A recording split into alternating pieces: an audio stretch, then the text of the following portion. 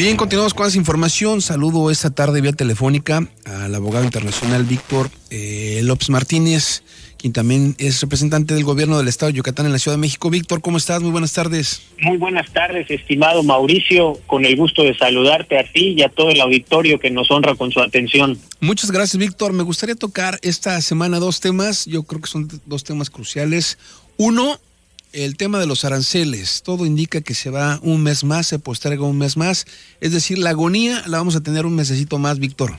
Así es, estimado Mauricio, y parece que esa va a ser la tónica de, al menos hasta que se negocie nuevamente el Tratado de Libre Comercio entre México, Estados Unidos y Canadá por parte de la administración del presidente Donald Trump, que en últimos días se ha comportado de manera más errática, incluso de lo que había iniciado, de cómo había iniciado. Ejemplo, la semana pasada había hecho una carta diciendo que el presidente de Ucrania, Zelensky, era un dictador. El día de hoy le preguntaron si lo sigue pensando y él mismo dijo: no, yo no dije eso, y si lo dije no puedo creerlo haber dicho. Entonces vemos que el presidente Trump anda con un comportamiento errático, y lo mismo con el tema de los aranceles. El día de ayer él había dicho que los aranceles para México y Canadá iban a entrar en vigor hasta el 2 de abril, es decir, efectivamente era un mes más de prórroga para la entrada en vigor de los aranceles.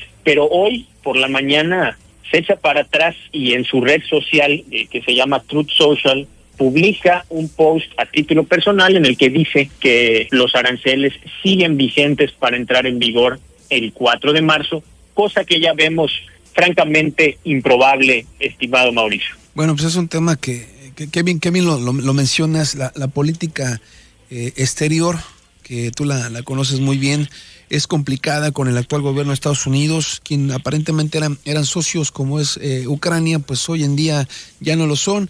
En el caso de México no es la primera vez, en su primer mandato fue duro, fue intenso, la primera parte con el expresidente Peña, la segunda parte con el expresidente López. Ahora le toca, creo, una cuestión más severa a la presidenta Claudia Sheinbaum, y la respuesta creo que ha sido inteligente. Y paso al segundo tema, esta iniciativa de hecho en México. Es una respuesta inteligente, Víctor. Sin duda, estimado Mauricio. Y si me permites un comentario sobre la respuesta de la Presidencia de México, o la continuidad en la respuesta de la Presidencia de México a las amenazas arancelarias de Donald Trump, se ha mantenido por la línea de la sensatez, de la madurez política y de mucho colmillo en la diplomacia, porque ha hecho caso omiso a las vociferaciones del presidente Trump y a lo que él manifiesta que es la manera en la que él hace política al interior de los Estados Unidos, y se ha dedicado a los esfuerzos en concreto. El día de ayer vimos que todo el gabinete de seguridad del país se trasladara a Washington, D.C. para tener ayer y hoy 2 días importantes de pláticas en materia de seguridad con Marco Rubio, el secretario de Estado de los Estados Unidos, para que se logre ahora sí el acuerdo de coordinación y que por este entendido se puedan seguir posponiendo los aranceles. Hay que entender que Trump opera de esa manera.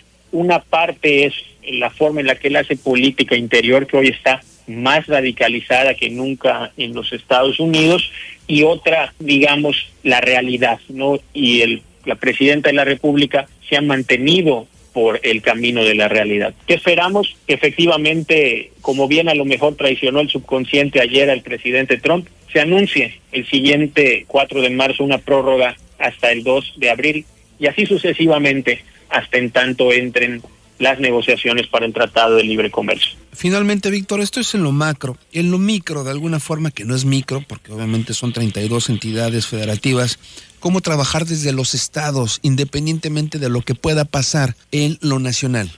Retomo, Mauricio, lo que comentabas de la estrategia hecha en México, sí, que el gobierno federal ha retomado para poder potenciar la manufactura mexicana, poder potenciar los componentes mexicanos y con eso potenciar la industria y hacerla más resiliente ante las tensiones globales. Y los estados deben retomarla, o más bien deben alinear su política de desarrollo a esta estrategia, a una estrategia de producción, de industria y de desarrollo sostenible. Y el estado que se ha anticipado a esto es Yucatán. El gobernador Joaquín Díaz Mena desde la campaña propuso su estrategia macro, el Renacimiento Maya, en la cual a través de una serie de obras de infraestructura, una serie de política pública, se pretende potenciar el desarrollo tecnológico, industrial, el empleo y con ello generar manufactura yucateca de alto nivel. Creemos que lo hecho en México sin duda puede ser producido en Yucatán,